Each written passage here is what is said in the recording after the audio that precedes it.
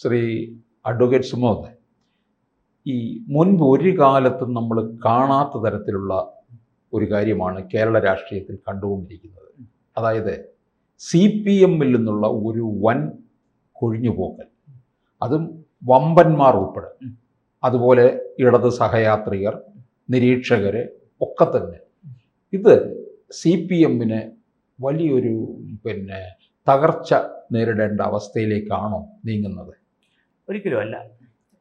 അതിൻ്റെ പ്രധാനപ്പെട്ട കാര്യമെന്ന് വെച്ചാൽ, ഇപ്പോൾ മാത്രമല്ല, എല്ലാ കാലത്തും തെരഞ്ഞെടുപ്പ് കാലം എത്തുമ്പോൾ ഒരുപാട് പേര് പല പാർട്ടികളിൽ നിന്ന് പോവുകയും വരികയും ചെയ്യുന്ന ഒരു പ്രവണതയുണ്ട്.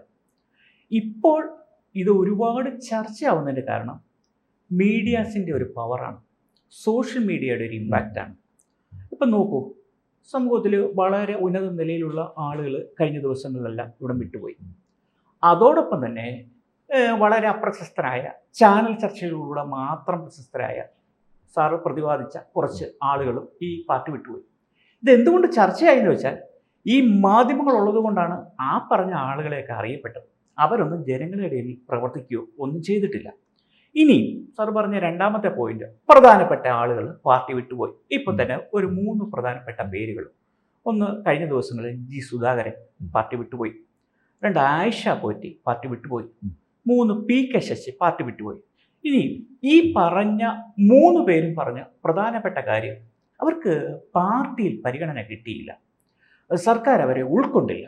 ഇതൊക്കെയാണ് അവർ ഉന്നയിച്ച ഒരു ആശയം. ഒന്ന് മനസ്സിലാക്കണം സാർ, G. സുധാകരൻ എന്ന് പറയുന്ന വ്യക്തിക്ക് 80 വയസ്സായി. ഈ 80 വയസ്സിനിടയിൽ കമ്മ്യൂണിസ്റ്റ് പാർട്ടിയിൽ അദ്ദേഹത്തിന് മുഖ്യമന്ത്രി പദവി ഒഴിച്ച് ബാക്കി ഏകദേശം എല്ലാം കിട്ടിയിട്ടുണ്ട്. 2 തവണ മന്ത്രി. 2 തവണ മന്ത്രി. ഇപ്പം നമ്മൾ മന്ത്രി MLA ആവുന്നത് മാത്രമാണ് ഒരു പബ്ലിക് പ്ലാറ്റ്ഫോമിൽ ജനങ്ങൾ ചർച്ച ചെയ്യപ്പെടുന്നത്. പക്ഷെ അതിലുപരി അദ്ദേഹത്തിൻ്റെ കരിയർ SFI കാലഘട്ടത്തിലൂടെ തുടങ്ങി. ആ തുടങ്ങുന്ന സമയത്ത് തന്നെ അദ്ദേഹത്തിന് കേരള യൂണിവേഴ്സിറ്റിയുടെ സിൻഡിക്കേറ്റ് മെമ്പർ എന്ന് പറയുന്ന പദവി കിട്ടി. ഇങ്ങനെയുള്ള പദവികളിലൂടെ വന്ന് പാർട്ടി പദവികൾ ലഭിച്ച് 7 തവണ അദ്ദേഹം തെരഞ്ഞെടുപ്പ്, അതായത് 35 കൊല്ലം തെരഞ്ഞെടുപ്പ് രാഷ്ട്രീയത്തിലുണ്ടായി. 35 കൊല്ലത്തിൽ 20 കൊല്ലം അദ്ദേഹം MLA ആയി. 10 കൊല്ലം കേരളത്തിലെ പ്രധാനപ്പെട്ട പോർട്ട്ഫോളിയോ കൈകാര്യം ചെയ്യുന്ന മന്ത്രിയായി. ഇത് പാർട്ടി കൊടുക്കുന്ന അംഗീകാരമല്ലേ? ഇനി രണ്ടാമത്തെ വ്യക്തി ആയിഷ പോറ്റിയാണ്. ആയിഷ പോറ്റി കൊല്ലം ബാറിലെ ഒരു അഭിഭാഷകയായി ഒരു വലിയ സജീവ രാഷ്ട്രീയ പ്രവർത്തനമൊന്നുമില്ലാതെ നിൽക്കുന്ന സമയത്താണ് പാർട്ടി അവരെ ഉപയോഗപ്പെടുത്തുന്നത്. പാർട്ടി ഓരോ വ്യക്തികളെ ഉപയോഗപ്പെടുത്തുക എന്ന് പറഞ്ഞാൽ അവർക്കൊരു ചുമതലയാണ്, പാർട്ടി ഏൽപ്പിക്കുന്ന ഒരു ദൗത്യമാണ് അവരെ ഏൽപ്പിക്കുന്നത്. ഈ അടിസ്ഥാനപരമായ കമ്മ്യൂണിസ്റ്റ് ബോധ്യമില്ലാത്തവരാണ് ഈ പാർട്ടി വിട്ടു പോകുന്നത് തന്നെ. അവർക്ക് ആദ്യം കൊടുക്കുന്ന പദവി എന്ന് പറയുന്നത് ജില്ലാ പഞ്ചായത്തിൻ്റെ പ്രസിഡന്റ് പദവിയാണ്. കൊല്ലം പോലെ ഒരു പ്രധാനപ്പെട്ട ജില്ലയുടെ ജില്ലാ പഞ്ചായത്തിൻ്റെ അധ്യക്ഷയാകുകയാണ് അവർ. 5 വർഷം നമ്മുടെ ഒരു പ്രോട്ടോക്കോൾ അനുസരിച്ച് ജില്ലാ പഞ്ചായത്ത് പ്രസിഡന്റ് എന്ന് പറഞ്ഞാൽ ജില്ലയിലെ 1ാമത്തെ പൗരനാണ്. ആ പദവിയിൽ 5 വർഷം ഇരുന്നതിന് ശേഷം തുടർച്ചയായിട്ട് 3 ടേം കൊട്ടാരക്കര MLA ആയിട്ട് അവരിരുന്നു. അപ്പോൾ 20 വർഷം തുടർച്ചയായ അധികാര രാഷ്ട്രീയത്തിൻ്റെ ഭാഗമായി. അതിനുശേഷം പാർട്ടി 2 ടേമിലധികം മത്സരിച്ചവരെ മാറ്റി നിർത്തുന്നു എന്ന് പറഞ്ഞുകൊണ്ടിരിക്കുന്ന സമയത്താണ് അവർക്ക് പാർട്ടി അവരെ മാറ്റി നിർത്തിയത്. അപ്പം പിന്നീട് ഇവർ സജീവമായ ഒരു പാർട്ടി പ്രവർത്തനത്തിലേക്കില്ല. അപ്പോൾ അവർ പറയുന്ന, പാർട്ടി വിട്ടുപോയപ്പം അവർ പറഞ്ഞ ഒരു പ്രസ്താവന, പാർട്ടി കമ്മിറ്റികൾക്ക് പോകാൻ വേണ്ടി കാറ് വിട്ടു തരുന്നില്ല എന്നുള്ളതാണ്. ഒന്ന് ആലോചിച്ച് നോക്കിക്കേ, ഇവിടെ കമ്മ്യൂണിസ്റ്റുകാരൻ സ്വന്തം രാഷ്ട്രീയത്തെ വളർത്തിയത് കാറിലിരുന്നു കൊണ്ടല്ല, നടന്നുകൊണ്ട്, പോലീസിൻ്റെ മർദ്ദനമേറ്റുകൊണ്ട്, വിവിധ സമരങ്ങൾ നടത്തിക്കൊണ്ട്. ആ മഹതി പറയുകയാണ്, എനിക്ക് സമരത്തിന് വരാൻ, പാർട്ടി പരിപാടിയിൽ വരാൻ വേണ്ടി കാർ വിട്ടുന്നില്ല. ഇനി 3ാമത്തെ ഒരു വ്യക്തി എന്ന് പറയുന്നത് PK ശശിയാണ്. PK ശശി എന്ന് പറയുന്ന വ്യക്തി പാലക്കാട് CPM-ന്റെ മുടിചൂടാൻ മന്നനായിട്ട് നിന്നു, ഷൊർണൂർ MLA ആയിട്ട് നിന്നു. ഈ ഷൊർണൂർ MLA ആയിരിക്കുന്ന സമയത്താണ് അദ്ദേഹത്തിനെതിരെ ആക്ഷേപം ഉയർന്നത്. അദ്ദേഹത്തിനെതിരെ ഉയർന്ന ഈ ആക്ഷേപത്തിൻ്റെ പേരിൽ കേരളത്തിലെ പാർട്ടി പ്രവർത്തകരാകെ പൊതുസമൂഹത്തിന് മുന്നിൽ തലകുനിച്ച് നിൽക്കേണ്ട സ്ഥിതി വന്നു. ബഹുമാനപ്പെട്ട AK ബാലനെയും ശ്രീമതി ടീച്ചറെയൊക്കെ ഇന്നും അധിക്ഷേപിക്കുന്നത് ശശിയുടെ പേരിലുള്ള ഒരു ക്രൈം അന്വേഷിക്കാൻ വേണ്ടി ചുമതലപ്പെടുത്തിയ അംഗങ്ങൾ എന്നുള്ള നിലയിലാണ്.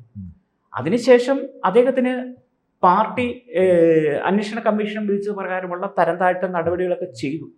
ഈ തരം താഴ്ത്തൽ നടപടികൾ നടത്തുമ്പോൾ പോലും പാർട്ടി അദ്ദേഹത്തെ കൈവിട്ടില്ല.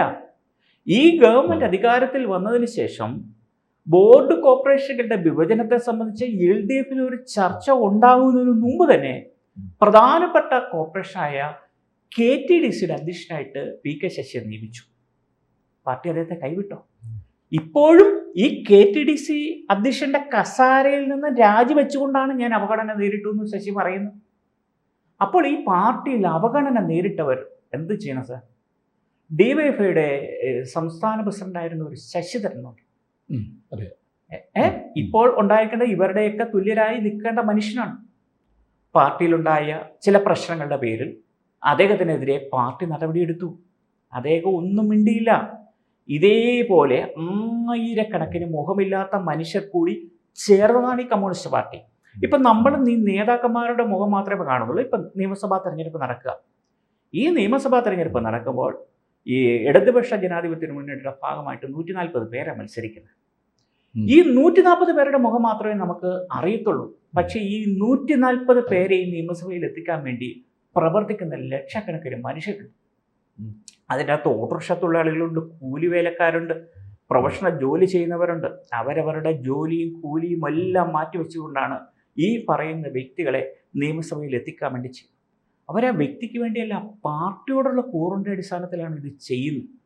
ഇപ്പം നോക്കൂ, നമ്മൾ കുറച്ച് കാലങ്ങളായി കണ്ടിരിക്കുന്നത് BJP അധികാരത്തിലേക്ക് വന്നു. BJP അധികാരത്തിലേക്ക് വന്ന സമയത്ത് കൂടും കുടുക്കി എടുത്തിട്ട് BJPയിലേക്കൊരു ആളിൻ്റെ തള്ളലായി ഒഴുക്കുണ്ടായി. നമ്മൾ നോക്കൂ, BJP എന്ന് പറയുന്ന കക്ഷി വളരെ വർഷങ്ങളായിട്ട് കേരളത്തിൽ പ്രവർത്തിക്കുന്നുണ്ട്. അന്ന് ശ്രീ O രാജഗോപാലിനെയും കുമ്മനം രാജനെ പോലെയുള്ള വളരെ സാത്വിക ഭാവമുള്ള നേതാക്കന്മാരാണ് ഈ അടിത്തട്ടിൽ പ്രവർത്തിച്ചത്. അതെ. ഈ പറയുന്ന വ്യക്തികളും അവരുടെ കൂടെ സമകാലികരായിരിക്കുന്ന വന്നവരും ഒരു 10-30 ഒക്കെ വർഷത്തിന് മുമ്പ് ഈ BJP പ്രവർത്തിക്കാൻ വന്ന ഒരു മനുഷ്യനും ഒരു പഞ്ചായത്ത് മെമ്പർ പോലും പദവി പോലും സ്വപ്നം കണ്ടു വന്നവരല്ല.